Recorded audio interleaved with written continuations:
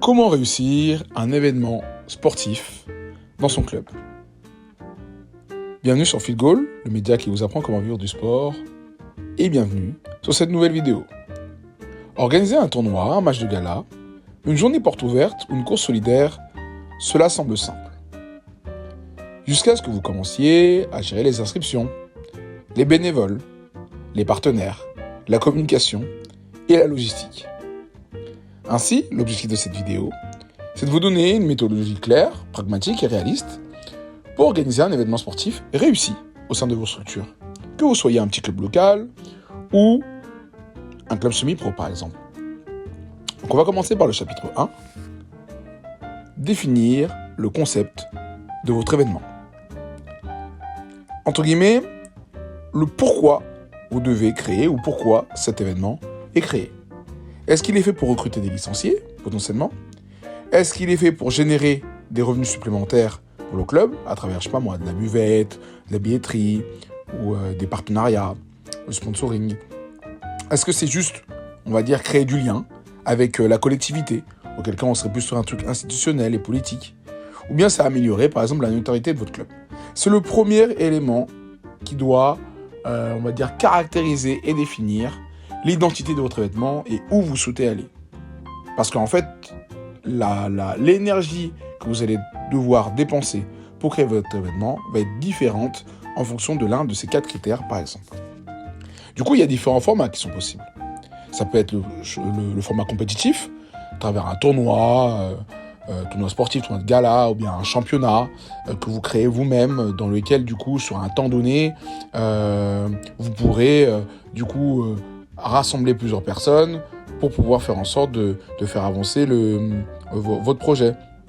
Ça peut être un format plutôt découverte. Ça, c'est plutôt ce qui est lié aux portes ouvertes, aux initiations.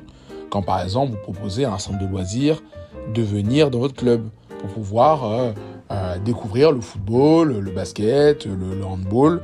Là, c'est un événement en somme. C'est comme une porte ouverte, une initiation.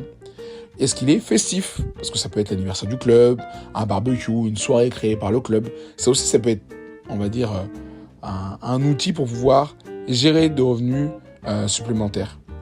Et ensuite, est-ce que ça a une visée peut-être, un format peut-être solidaire? Ou pour le coup, on serait plus sur un événement caritatif, du sport santé, entre autres.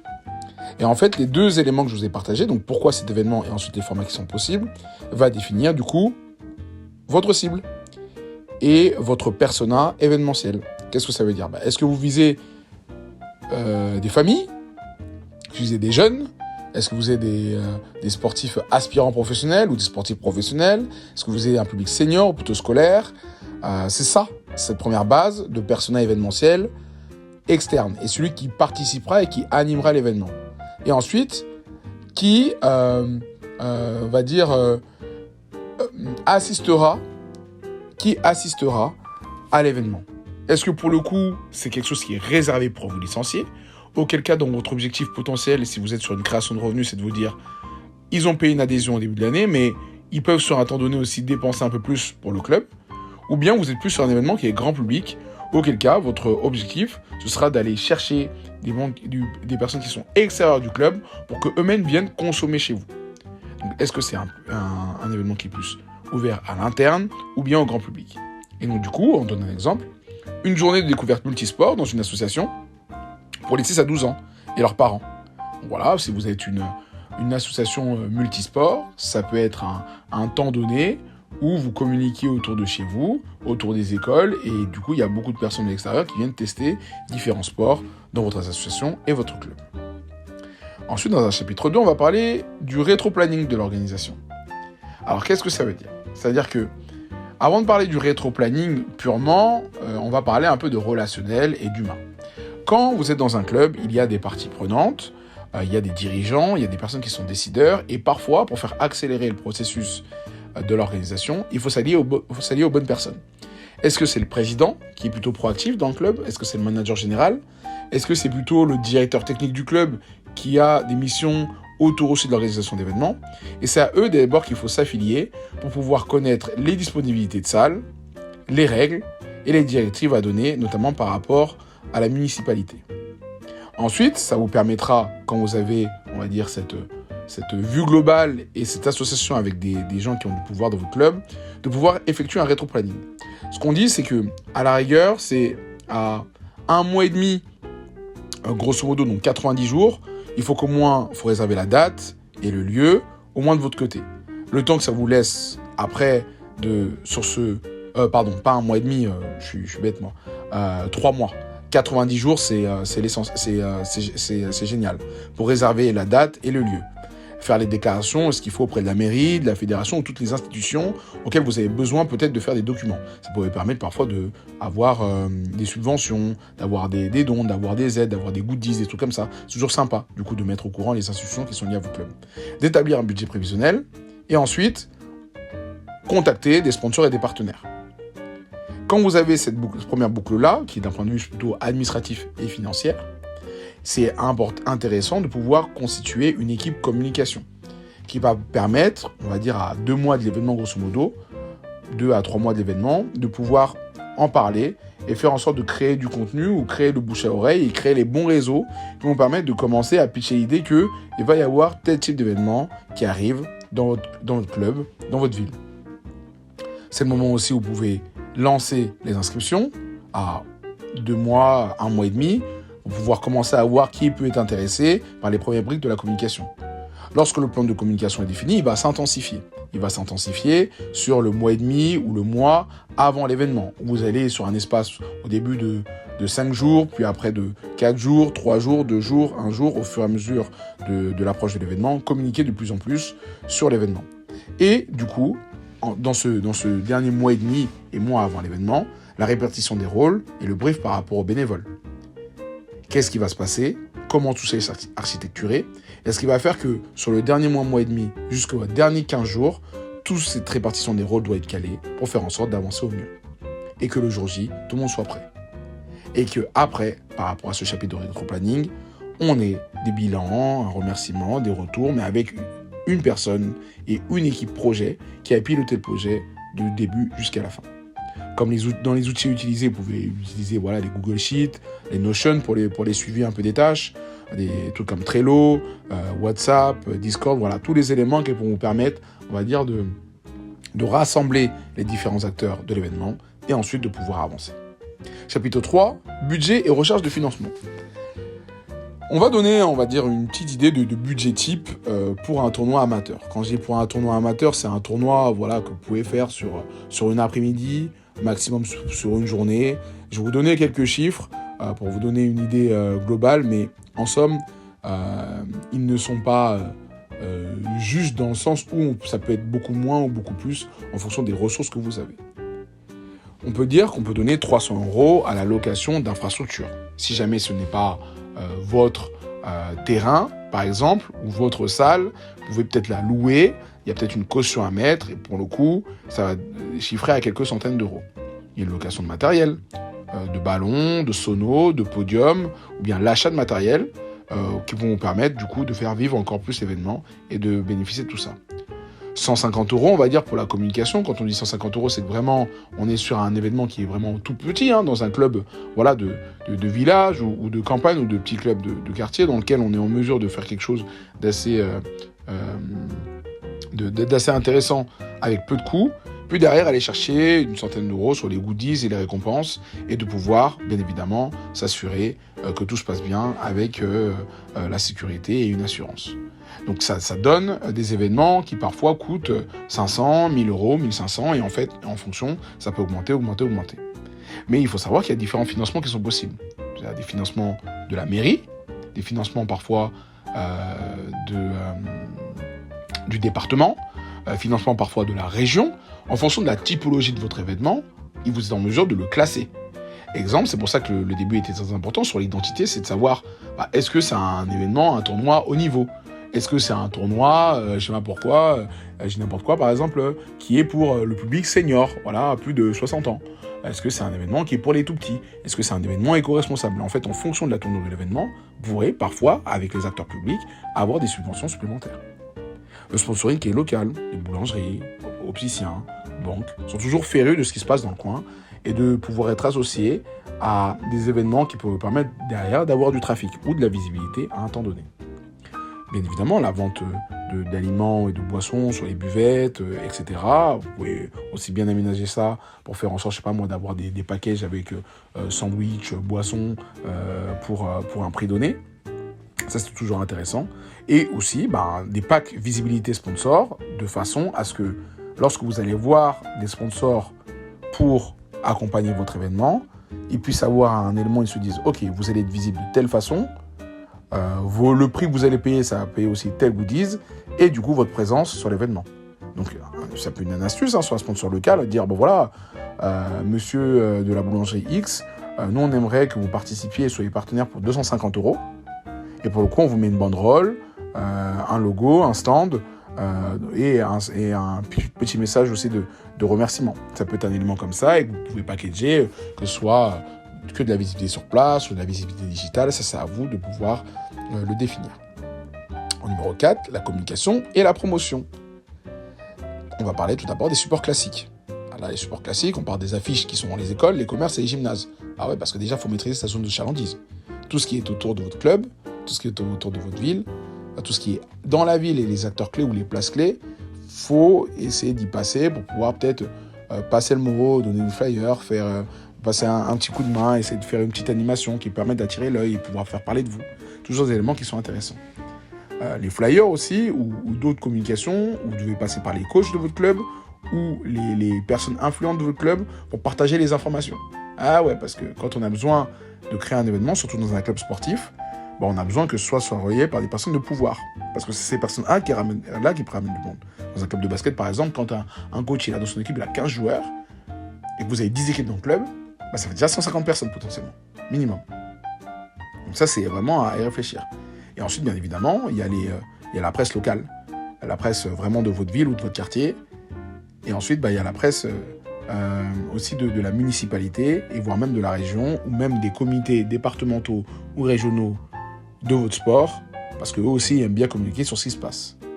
Pour créer les visuels, il y a des outils très simples et gratuits comme Canva, des newsletters, les Mailchimp ou les Brevo ou autres qui peuvent aussi vous permettre d'accélérer et de pouvoir partager et diffuser régulièrement du contenu. Et ensuite, vous connaissez tous les réseaux sociaux, les Facebook, Instagram, TikTok, selon, bien évidemment, votre cible. Du coup, en termes de planning de communication, on peut dire on va dire, entre 1 mois et demi et 1 mois, il y a le teaser, et que petit à petit, une communication qui est tous les 3 jours au début, puis quand ça commence à s'accélérer, je veux dire, à bout de 30 jours, 1 mois et demi, 30 jours, on fait le teaser, ensuite, tous les 3-4 jours, on en parle un peu, et ensuite, au bout de 3 semaines, tous les 2 jours, tous les 1 jour, on rappelle qu'il y a quelque chose avec un compte à rebours, des stories, et que le jour J, il y a au moins des lives, des stories, quelques réels, quelques prises de contenu qui va faire en sorte de pouvoir faire vivre l'événement et qu'à la fin, il y ait du restant, ce que j'appelle ça, du restant ou des memories qui peuvent être des photos, vidéos best-of, tous ces éléments-là qui sont super sympas. En somme, pour les relations de presse, vous pouvez rédiger un communiqué simple que vous pouvez diffuser aux médias locaux qui sont toujours intéressés pour venir sur place. Moi, je me souviens, on avait fait un tournoi international à Saint-Genis-Laval, du coup à côté de Lyon, et il y avait la presse locale qui était venue et qui nous avait fait un petit article. C'est toujours sympa. Et en fait, ça fait du lien. Et après, à côté, quand on est en mesure aussi de ramener des équipes étrangères, de créer un beau setup, le maire passe, et en fait, ça ne crée qu'un cercle vertueux, tout simplement. On va encore enchaîner un peu plus loin avec la mobilisation des équipes et des bénévoles. Donc déjà, l'équipe projet recommandée. Donc déjà, pour moi, c'est un coordinateur général. Il y a toujours une personne qui est responsable du projet. Ça ne veut pas dire qu'elle va tout faire, mais c'est elle qui doit prendre les décisions. Un responsable plutôt lié au budget. Parfois, c'est la même personne, parfois, c'est 2 personnes différentes, mais en tout cas, elles doivent être main dans la main. Après, une équipe communication, une équipe sportive et une équipe logistique. Une équipe communication, c'est comme on l'a mentionné précédemment, qui va être chargée plutôt de tout ce qui est visuel, création de contenu, imaginer comment on va prendre les prises de vue, etc. Ça, c'est toujours intéressant. Plus on a d'images, mieux c'est. Derrière, sur tout ce qui est sportif, bien évidemment, pour que le tournoi se passe bien, il faut pouvoir le caler. Et il y a des personnes qui sont expertes un peu dans ça, qui sont très bonnes dans ça, pour pouvoir parler aux équipes avec le bon ton, parce que parfois, il faut se montrer très dur et solide, parce que sinon, il peut y avoir beaucoup de retard dans certains tournois, et ça crée des choses qui sont parfois vraiment difficiles à gérer. Et donc ça, il faut faire attention à ça. Et d'un point de vue logistique, et bénévolat aussi, c'est pareil. Quand il faut monter les choses, vous n'allez pas être tout seul à monter les sonos ou les autres éléments à 3h du matin tout seul. Ça n'a pas de sens. En fait, à un moment donné, il y a une équipe qui se gère ça. Et donc, vous pouvez mettre un responsable par équipe, des personnes de confiance qui vont pouvoir amener les choses. Et en termes de bénévolat, ça peut être des joueurs, des familles, des anciens que vous connaissez, des personnes des écoles que vous connaissez. Vous pouvez proposer à chaque fois pour ces personnes-là. Et ça, c'est à mettre potentiellement dans le budget de départ. Repas, t-shirt, ou une soirée post-événement. En tout cas, quelque chose aussi qui va leur permettre de vivre le moment, mais aussi de les remercier. Et ça, c'est toujours sympa. On aime toujours, quand on est bénévole, de se dire qu'on a un petit goodies, un petit trophée, un petit truc qui fait qu'on se sent valorisé et qu'on a fait partie de quelque chose. Et s'il y a des personnes, aujourd'hui, il y a des plateformes qui existent en France. Il y en avait une, Instant Bénévole, de la Maïf, il y a quelques temps, où vous pouvez... maintenant, c'est Cohésion qui a racheté le truc, et où vous pouvez aller très clairement sur un événement sportif ou un festival, et pour pouvoir donner un coup de main. Et ça peut être même des événements sportifs, même conséquents, comme le Tour de France et autres, même si vous êtes sur la signalétique ou autre. Et preuve que les bénévoles, on en a besoin partout, et il y a des gens qui ont envie de le faire et de filer un coup de main. Donc il ne faut pas hésiter à les solliciter. La logistique, c'est aussi un point qui est très important, avec des points clés. Parce que ça commence par un accueil qui est clair, en termes de la construction sur votre site d'un plan, pour savoir quelles bannières ou quels points d'information vont être mis en place, quels sont les postes de secours qui vont être mis en place aussi, parce que sur un événement sportif, il faut toujours des personnes qui sont secouristes sur place. Pareil, sur tout ce qui est toilettes, poubelles, signalétique, sono, animation, barrières, tous ces éléments-là, il faut avoir une équipe qui est potentiellement dédiée à ça, pour avoir une vue globale du coup sur l'événement, et aussi construire un planning qui est décent. Un planning qui peut être par exemple de 8h à 17h, briefing des bénévoles, installation, accueil du public dès 10h, peut ensuite aller jusqu'à la remise des prix et des remerciements vers 17 à 18h. On sait que parfois dans des tournois il y a du retard. Mais si ce retard il est géré, il est d'environ 15, 20, 30 minutes, c'est l'idéal. Quand on passe sur des 1h, 1h30 de retard, là on est plus en difficulté. Et là pour le coup, cette équipe logistique, elle a aussi, son impact il est mesurable. À travers le nombre de visiteurs qu'elle va avoir, le nombre d'inscrits, potentiellement les engagements qu'il y a en ligne, ou les nouveaux licenciés potentiels qu'il y a après, en fonction de l'objectif de votre événement. C'est pour ça que l'objectif de votre événement doit être dédié, qui va permettre derrière de savoir comment, derrière, si l'objectif a été réussi ou non. Et après, bien évidemment, on fait un bilan de tout ça. Dans un chapitre 7, on fait un bilan de tout ça. On débriefe qu'est-ce qui a marché, qu'est-ce qui doit être amélioré, le retour aussi des personnes extérieures à l'événement, en termes de ressenti. Parce que c'est vrai que quand on est dans un événement et qu'on le crée, on est souvent à l'impression d'être dans le gaz, que tout va mal. Parce que tout ne roule pas comme sur des roulettes quand on fait de l'événementiel. Par contre, il y a d'autres gens à l'extérieur qui peuvent dire non, ça c'était cool, ça c'était moins cool en revanche. Des éléments sur lesquels vous n'avez peut-être pas fait attention. Et donc, c'est pour ça que dans la construction de l'événement, il faut aussi se baser aussi sur des éléments qui sont valorisables, albums photos, les mini-vidéos, des posts à travers les institutions ou les réseaux sociaux, pour pouvoir à terme potentiellement pérenniser l'événement en recontactant les participants, en fidélisant les sponsors et en planifiant potentiellement une édition qui est récurrente, qui peut être, par exemple, une source de revenus supplémentaire pour le club ou liée à un autre objectif, comme le recrutement des licenciés, les liens avec la collectivité ou améliorer la notoriété globale du club. Tous ces éléments-là, je pense, des éléments essentiels pour pouvoir avancer dans la démarche. Après, plus vous êtes ambitieux, plus peut-être qu'il faudra planifier encore un peu plus longtemps ce que vous souhaitez faire. En tout cas, c'est toujours bien je pense que les tournois, et surtout les tournois à visée extérieure, sont toujours intéressants à mettre en place. Ça nécessite beaucoup d'énergie, mais ça peut permettre d'être une référence dans sa zone de Saint-Landy, dans sa région, dans son département. Mais surtout, ce qui est pour moi le plus important, c'est que ce tournoi-là ait une identité. Que ce soit pour les tout petits, que ce soit pour les ados, que ce soit pour les très grands, que ce soit haut niveau ou non. Enfin, c'est à vous de décider quelle est la démarche, quelle est la culture autour de votre événement.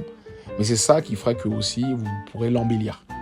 Et quand on réussit à pouvoir embellir un événement, on peut upgrader aussi son financement et avoir des très belles surprises comme des marques qui suivent sur le territoire, etc. Parce que vous avez réussi à créer quelque chose d'inédit et de sexy. Donc en somme, organiser un événement dans son club, ce n'est pas réservé qu'aux professionnels. Mais pour le coup, c'est un projet qui est collectif, qui peut tout changer en termes de notoriété, finances et de dynamique interne. Donc avec de la méthode, et un bon réseau local et des objectifs qui sont clairs, vous pouvez transformer un simple emploi en un véritable levier de développement. Et vous, qu'est-ce que vous pensez qui est intéressant à mettre en place ou bien indispensable à mettre en place pour un événement? C'était Aristote sur Frigol, le média qui vous apprend à vivre du sport. À très vite pour une prochaine vidéo. Salut.